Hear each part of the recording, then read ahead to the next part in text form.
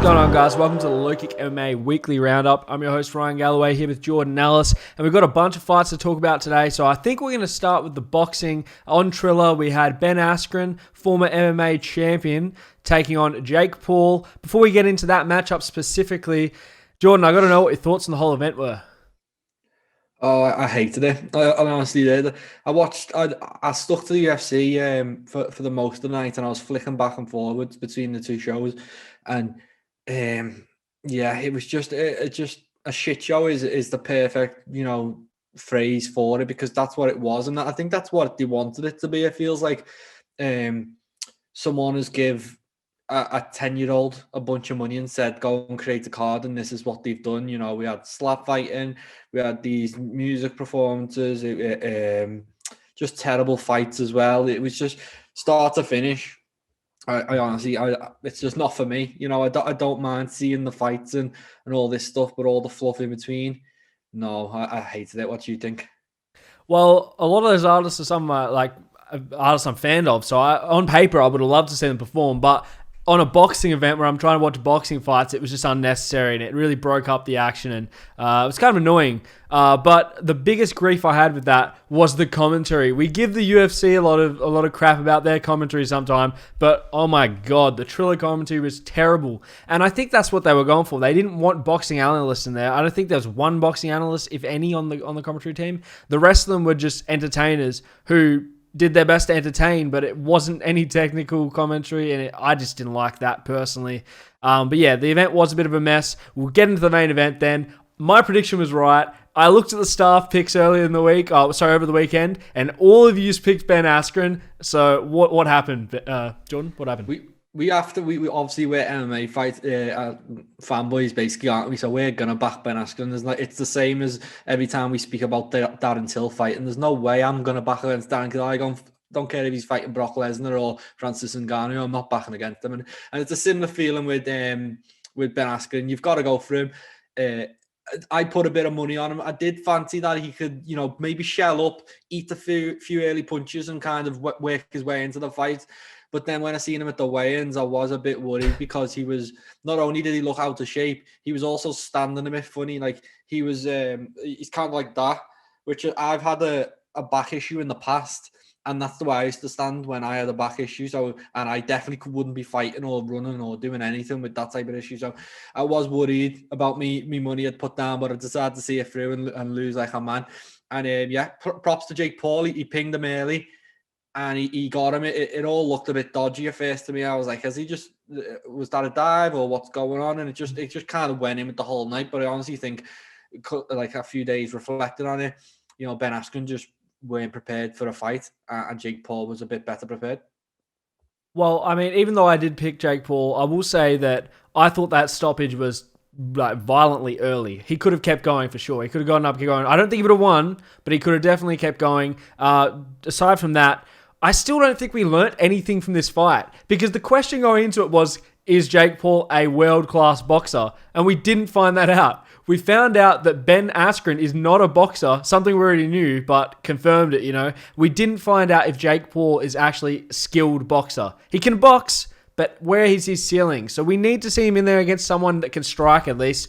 I know Woodley was a name that came up. Who else? BJ Penn. I don't like that one, but I know his name's being thrown around. I saw this boxer, I can't remember his first name, but he's Fury as well. He's 5-0. I think he'd be a good matchup. Who do you think they should give Jake next? I hope to give him Tommy Fury, because I believe Tommy Fury would nail him. So Tommy Fury is Tyson Fury's brother.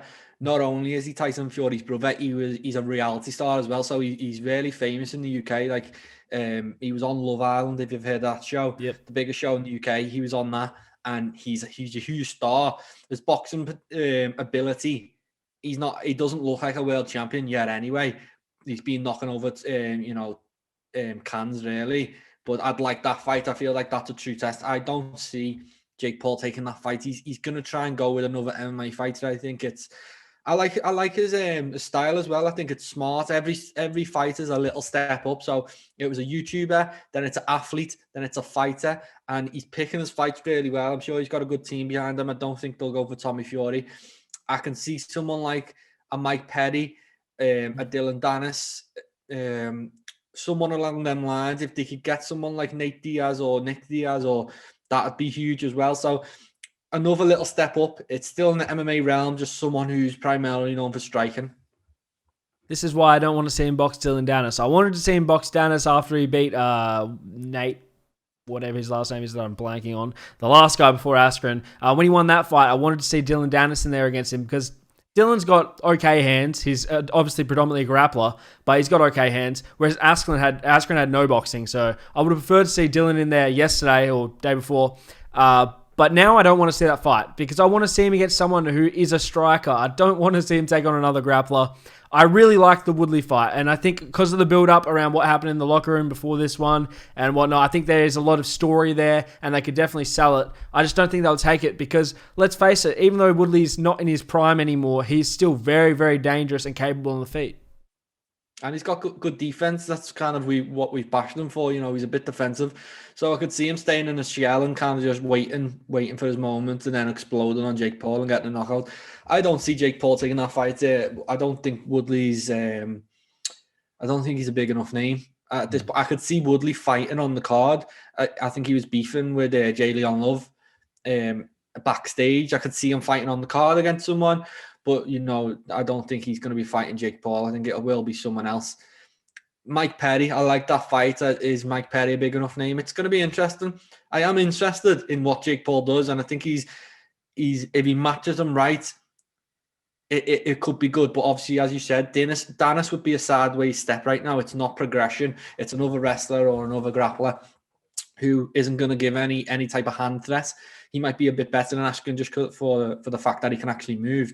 Ben Askren looked like a stiff as a board in there. So, very interested to see what happens next. I hope it's a striker. I imagine it'll be an MMA striker, and then potentially he'll move on to a real boxer. Or I'd like to see him even in there. They're not going to do this, but I like to see him in there with just a journeyman journeyman boxer who's good at surviving, and see how he deals with that type of stuff. Obviously, that's not going to sell pay-per-views. So, over to Triller. I'm sure they'll be, advertising that one soon.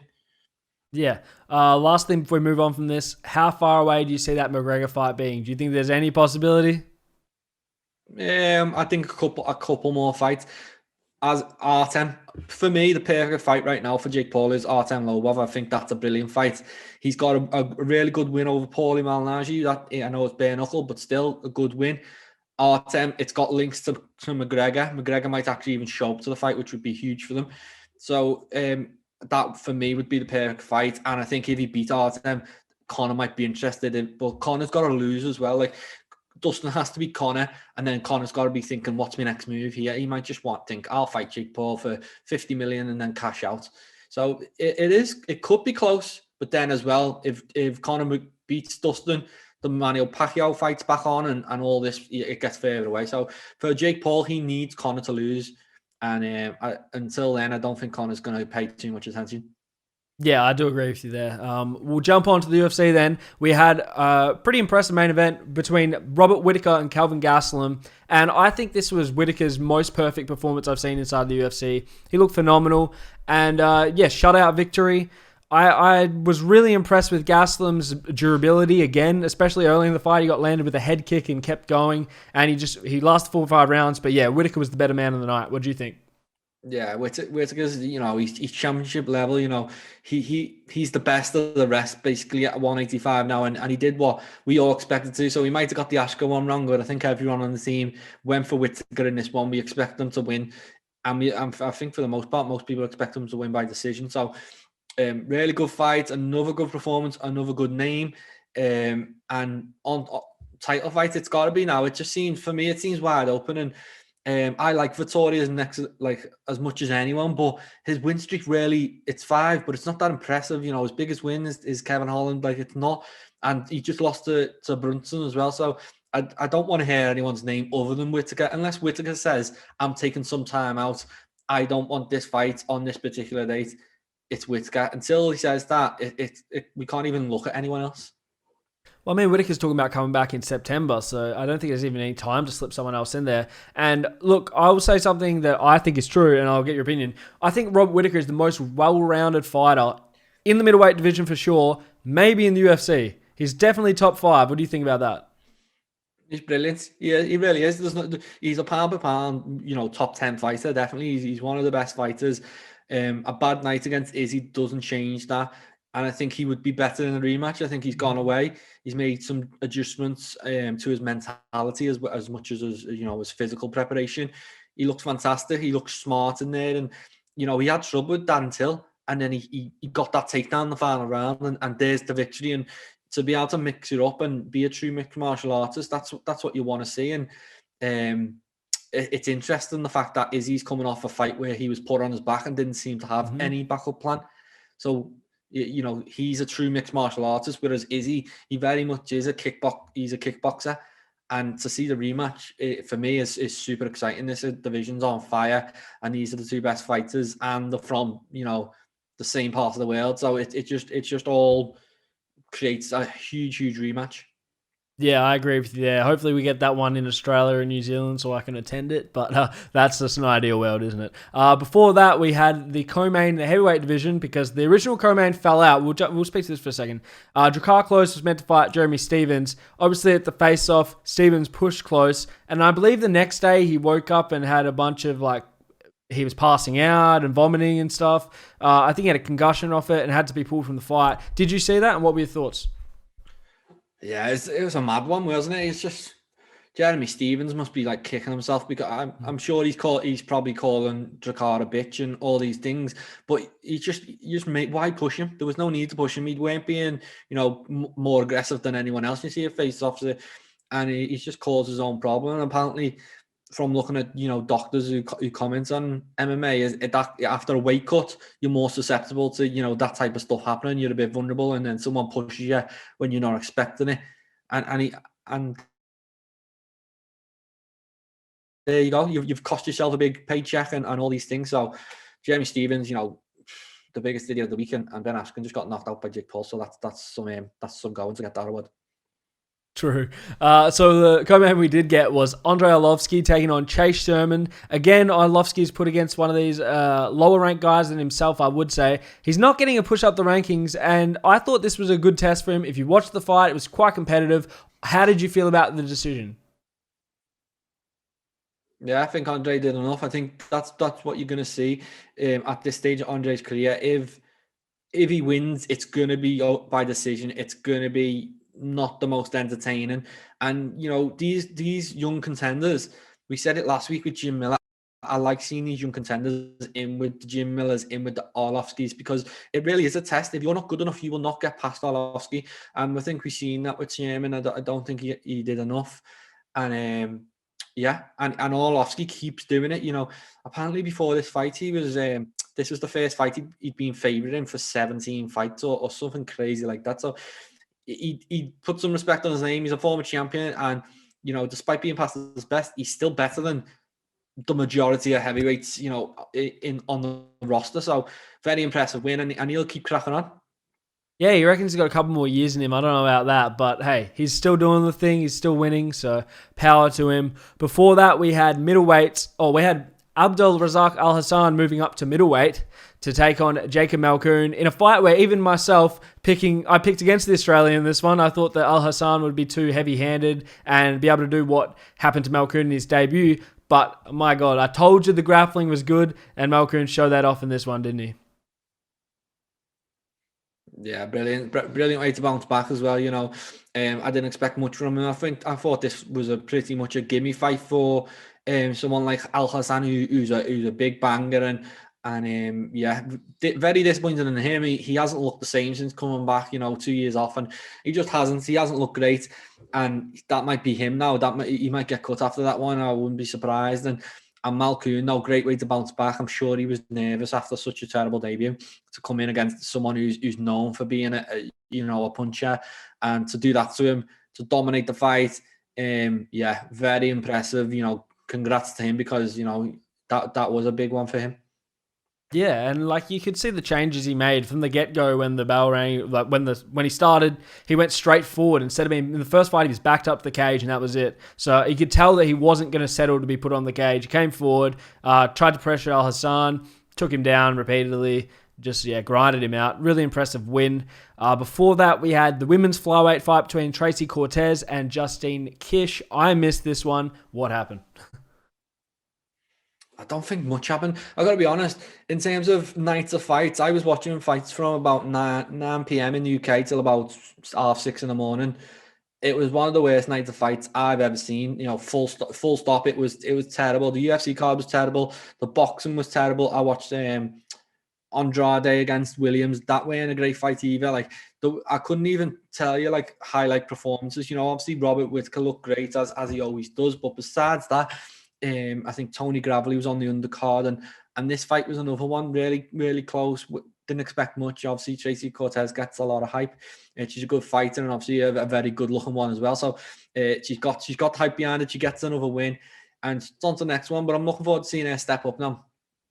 For sure. And opening the main card, we had Luis Pena, Violent Bob Ross, taking on Alex Munoz. And I thought that this was a really close fight. I know that Pena dominated the third round. There's really no doubt about that. He won that third round. But the first two, I know one of them was for Munoz. Just can't recall which one. But the other one I thought was really close. But when the fight ended, Pena was celebrating like he for sure won, which he did win. Did you see it differently? Did you think he won? What did you think? I thought it was going the other way, mate. I was watching it, and it was like nip and tuck, and there weren't a lot in it. But I thought Munoz, for me, I thought he had it. It weren't really one of them things. It's one of them fights where I weren't really thinking about the decision. I was just assuming one guy had got it and the other guy got it. And I think everything still stands what we said before the fight. Munoz looked good, and he looked good in his debut as well. So he's unlucky to be 2-0 in terms of his, 0-2 in terms of MMA UFC record. And Pena's lucky to get a win there. He still fails to impress, and there's a lot of hype behind him, and there has been. And for me, I'd love to see him move up. But another fight that it was decent. Munoz looked good. Pena looked okay, and we got a bit of a dodgy decision. Fair enough. I'll toss it to you now just to pick out some prelims if you want to speak about any of them. The only one it was the first fight tonight. Tony Gravely. I think he was the biggest favourite on the card, but he looked fantastic. He looked really good, really sharp, and it was a good way to start the night. And he looked great. Gerald Meerschaert looked good. Nice sub, nice guillotine. And then we had that heavyweight fight. Did you see the heavyweight fights that ended with the low blow? Oh, yes, I did. I did see that one. Yeah, very, very weird. I didn't know that was even a rule. So basically it was a technical decision because he couldn't continue from the low blow. But he actually scored round 3 that had only been going on for a minute. Yeah, so I just don't understand how you do. I don't understand why you would do that. It just seems stupid. It seems like, why can't that just be a no contest? How can you score a minute? It's yeah. So that weren't great either. And Romanov was down and out on the floor. But that was a good grappling fight up until that point. It was just disappointing the way that ended. Yeah, that was a weird one. I remember that because I was watching it and I looked away for a minute and he was on the ground. And then I come back and they're reading scorecards. And I was like, how do we get here? But hey, that was like you said, it wasn't the greatest card. We're not going to give it too much praise on this one. It wasn't the greatest card. But yeah, we've obviously got a pay-per-view next week, so it should be getting better. Any last thoughts on that card before we pick out some news?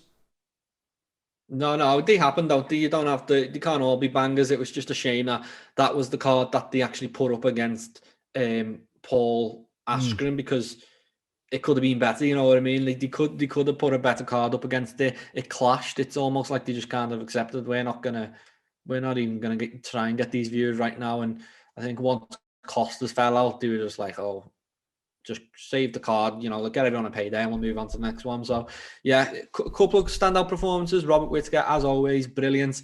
Looking forward to seeing him in a title fight. But besides that, UFC Vegas 24 weren't the best one. No, that's true. Some news I've got here. First, we forgot to speak about it at the start, so we'll ask you about it now. What do you think of Frank Mir's performance against Steve Cunningham? He survived 6 rounds, but he definitely lost the fight. What do you think? Yeah, he looked good, but Steve Cunningham's a really good boxer and he's a tricky guy as well. He's not necessarily a puncher. I think Frank Mir looked like he'd been back on the TRT or the juice or whatever he's on. He looked in good shape. For a while he'd been looking like he was struggling in MMA and now he looks fresh as a daisy. So I don't know what's going on in training, but it's definitely good. I think he looked good. I think he just didn't have the ability. That's all that he lacked. He was fine. His chin was fine. His hands were up. He was doing good things, but just obviously not good enough to beat someone of Cunningham's level who not long ago was a champion. And you know, yeah, well done to Frank for going over and representing MMA well. Hmm. Yeah, like why it was a mismatch, and we said that in the preview. I told you it was a mismatch. It wasn't as much of a mismatch as I had thought. I thought Frank Mir was going to go and get himself finished, but hey, props to him. I know it says in an article I'm looking at here that he sees that as a victory to last the 6 rounds, and I tend to agree because it is point in his career. Going 6 rounds with Cunningham is a pretty impressive feat. Just skimming for other news. You got anything else off the top of your head? So what was it? Did you see the commentary? We touched on it, but did you see Oscar De La Hoya how bad he was? And he just, he for was me, buzzing on seemed like coke for sure. He was on something. It was like obviously that's the atmosphere they want. They want everyone to be a bit lively and saying crazy stuff, and that's what they're going for. Triller. It's definitely what they're going for. But for Oscar De La Hoya, considering his history. And I was just sitting there thinking, imagine Dana White watching this now. Is like this. It was a horrible event, really. Like for actual fight fans, it was terrible to watch. And then Oscar De La Hoya, a guy he hates, is up there just coked out of his mind or drunk or whatever he was, just chatting nonsense. So you'd expect it from someone like Snoop Dogg or all these celebrities, Pete Davidson and people like that. But Oscar De La Hoya is one of the biggest promoters in boxing. For him to get on a mic and be chatting that much crap is it's not great. If you're Canelo or you're one of these big fighters, do you want to go and sign with Oscar De La Hoya? It was crazy. Yeah, bad optics for sure. There was one thing I was about to say about the event. I'm blanking on it. So, yeah, isn't he making a return to boxing like pretty soon? Didn't he announce he was going to come back? Yeah, he's due July 3rd. He's back, and Eddie Alvarez has been linked with that fight, and it's it'll be interesting to see who they pick as an opponent. Very interesting. I don't think it doesn't seem like he's preparing properly, does it, the Oscar? No. So hopefully someone smashes in. But I think that's the thing with this is what Triller are going for. I think they're just picking people who everyone wants to see lose, and then matching against someone who doesn't particularly have a chance. So hopefully they put Oscar in with a really tough fight and someone can knock him out. That'll be fun to watch. Yeah, and last thoughts on that event, not really on the event, just the reaction in general. I follow a lot of people that aren't MMA fans, that aren't MMA, like, have nothing to do with the sport, have nothing to do with boxing, but obviously entertainment fans, so they saw this fight. And just their take on it, hearing them speak of Ben Askren and just taking his MMA record at face value and saying that he's a trained athlete, 19-2 in MMA, it's just surprising to see that they aren't aware that he is a wrestler, And so I think this actually has done some damage to Ben Askren's legacy, just for those who didn't know who he was originally. Because if you knew who he was originally, I think you can write this one off as he's not a boxer. But if you'd never heard of the guy, then you take a look at his MMA record, he's 19-2. You look at his highlight reel knockout to Masvidal, then this one. It's not good optics for Ben Askren, is it? No, it's really bad because all Ben Askren's known for now, despite all the success, he is one of the best welterweights ever. But he's known for now getting absolutely starched by Masvidal, getting dropped by Jake Paul, who not like a lot of. Let's be honest, no one really respects his boxing. He can get these wins, but they're not impressive, and he hasn't beaten a real fighter who actually knows how to box even slightly. So. Bad for Ben Askren, and it's up to him if he wants to, throw his legacy away for $500,000, $1 million. Then so be it. It's tough to watch as an MMA fan now. I feel like he could have trained. It seemed he was saying when I interviewed him, he was saying his hip was feeling great, brand new, and it didn't look that way. He looked stiff as a board. He looked vulnerable. He was just standing right in front of Jake Paul. There was nothing. He weren't doing anything to say he was even trying to win that fight. And then the pictures afterwards of him and his wife kind of laughing and joking, and it's and people saying it's a fix and things like that. It's just not good for him. Full stop. Because there's people out there who'll be seeing Ben Askren for the first time thinking he took a dive when he probably didn't. And really tough night for Ben Askren, but I'm sure he's counting his money. I'm sure he's pretty happy now. Oh, yeah, I guarantee that for sure. Anything else, or wrap it up there? No, we can wrap it up. Okay, thanks for watching, guys, and we'll speak to you later in the week to preview UFC 261, the pay-per-view with 3 title fights headlined by Usman vs. Masvidal 2. But until then, take it easy. Thanks, guys. Make sure to subscribe to the LowKick MMA YouTube channel for all the latest news, event previews, and interviews with some of the biggest stars in MMA.